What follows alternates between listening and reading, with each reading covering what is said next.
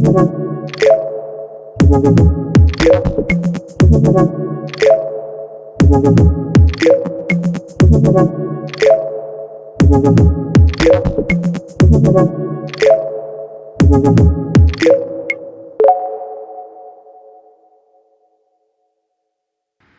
to the training for Mediterranean users of sea surface temperature products that are developed and distributed through the Copernicus Marine Environment Monitoring Service.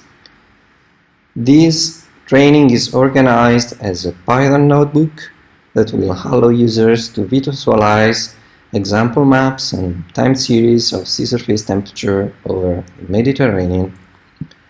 And it is organized in two different examples that will be looking at different data sets. So the first example will be looking at SST data collected by multiple sensors that are bias adjusted and put together into a single image. They're called Supercollated Merge Multisensor SST Level 3S.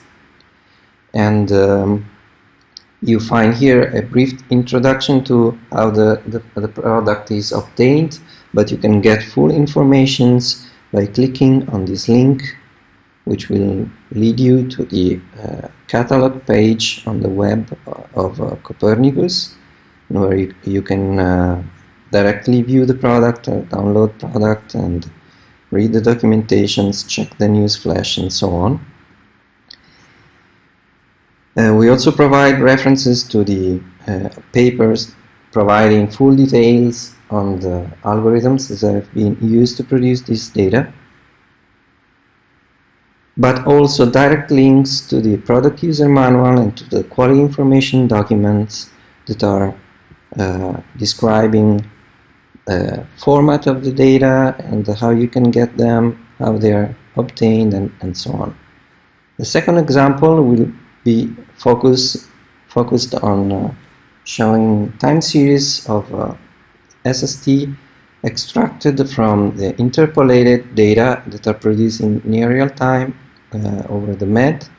And again, first provide a brief introduction to the product itself, and with a link to the full information you can get on the catalog, and again a link to the papers describing the algorithms and so on.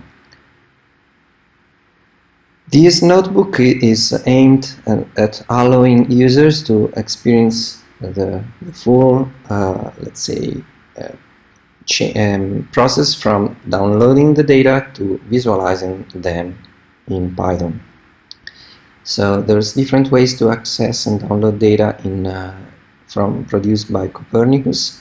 We will be using here a specific service that is called Motu, so you will have to install a dedicated package which is called Motu Client unless you have it already on your machine.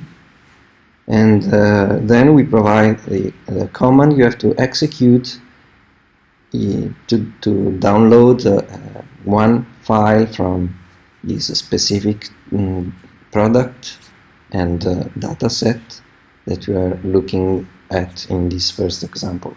Of course, access to CMEMS data is totally free, but you need to register as a user. So you will need your username and password to execute this command successfully. In our case, here we have already downloaded the data, so we will go on in this notebook, and we will show you that there's some commands here that are meant just to check if the data are present in the input directory, in the input folder for the notebook, which is the case here already. Similar thing for the second exercise, which will be downloading data from a different product, as we said.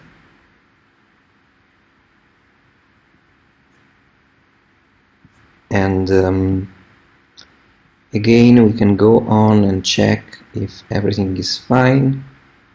And then we can concentrate on the first exercise, which is meant to plot just one image of the level taken from the level 3S dataset. To do that, you will have to verify that your Python version is at least version 3.7. In case this is not, you will have to update your Python version to this one. Otherwise, the following commands will not be working fine. And then there's additional modules that you need to have installed in your machine to run this experiment.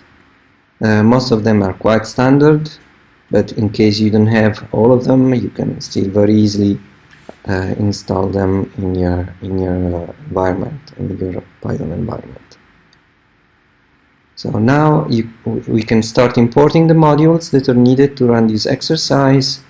This is done very easily just by going on the display button here. The first commands are all aiming to, they're just producing or checking if all the patterns of the folders have been created correctly, which is actually the case here. And then we finally access the first file, dataset file, and as you see here, the products in CMEMS, they are delivered as netcdf files. netcdf is a standard data format, let's say, and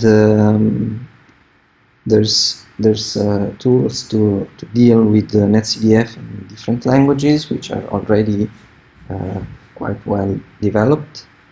So there are self-consistent datasets. There's variable names already defined, and attributes of different kinds that are provided together with the dataset. So if we look at the info about the dataset that has been just checked here, you get several information global attributes, and I want to stress here that actually the format that is used for the SST products over the Mediterranean is CF compliant, so there's additional conventions with respect to simply using netcdf files, and there's also compliance with respect to the global high resolution sea surface temperature group, which is a network defining common protocols for all SST products around the world, so produced by very different agencies. And we can go on and see that in these files we have downloaded, we will be looking at, we have as available variables that have been downloaded. One variable which is called easily sea surface temperature, but we also have quality level, source of SST, and we have a variable that is called adjust sea surface temperature. That is the one we will be plotting first, which means this is the sea surface temperature coming from different sensors after adjusting eventual biases among the sensors. So this is the most usable variable within a level 3S dataset. We go on. So we set the configuration for the plot. We will be looking at this adjusted sea surface temperature, as I was telling you, but you will be able to just comment this line and uncomment this other line and run additional experiments just to see the difference between what you would get without adjusting the bias among the different sensors.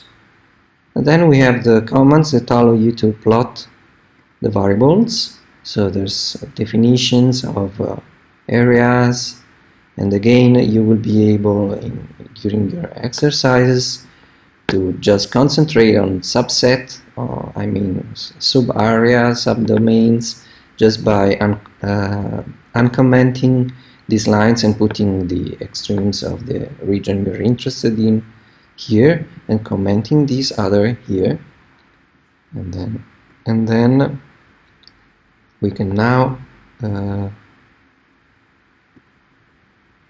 look at, sorry, I skipped this, I guess.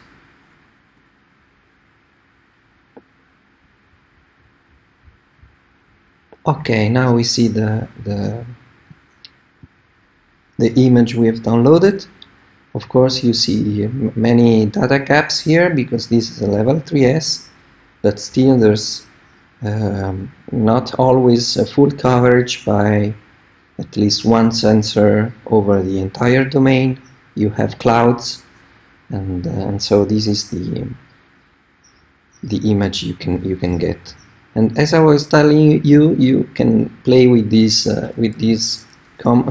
exercise and change the area, change the range you want to highlight of the values of temperature you're interested in, and so on, and also change the variable to verify the impact sensor bias adjustment that is carried out before merging.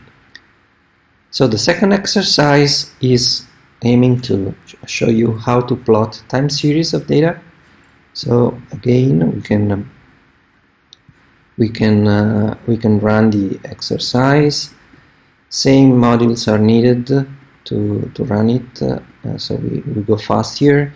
These are repeated in the second exercise to allow users that are not interested in looking at the map or to run the first example. So the two examples are self-consistent, and so I'm not commenting much on these first parts.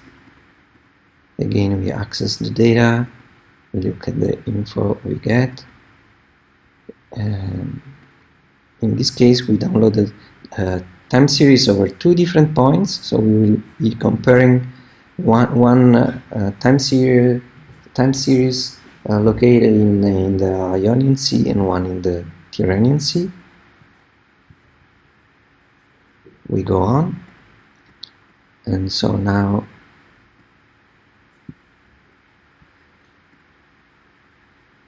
we get the information on the location, the precise information on the location that has been extracted here. And again, then we convert these two data sets into a Panda data frame just for having an easier data set to handle.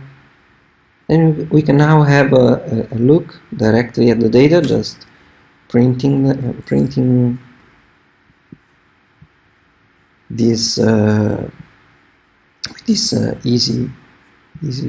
easy way. We can look at directly at the data. As you see, all values of temperature, they are stored and plotted in Kelvin. So you will need to convert them to Celsius if you want to use Celsius as a unit. This is easily done in the Python commands above. And so we can also have some summary statistics which are easily provided once you're working with the Pandas data frame. So we can see how many points in time we are looking at, what is their mean, what is their standard deviation, the minimum value, and the percentiles, and so on, maximum, and so on. And then we can compute monthly averages. This is done again simply by using a resample command. I mean, that's quite straightforward. And you can now decide you want to save this data in CSV format. Again, that's easily done. You can change the name as you prefer, and you do that by running these commands. And then you finally can plot the data you've downloaded, and so that's the start and then date of the data we've downloaded, and what you get is a nice plot of the temperature values in the two locations here. And again, you have some options you can easily activate for this second exercise.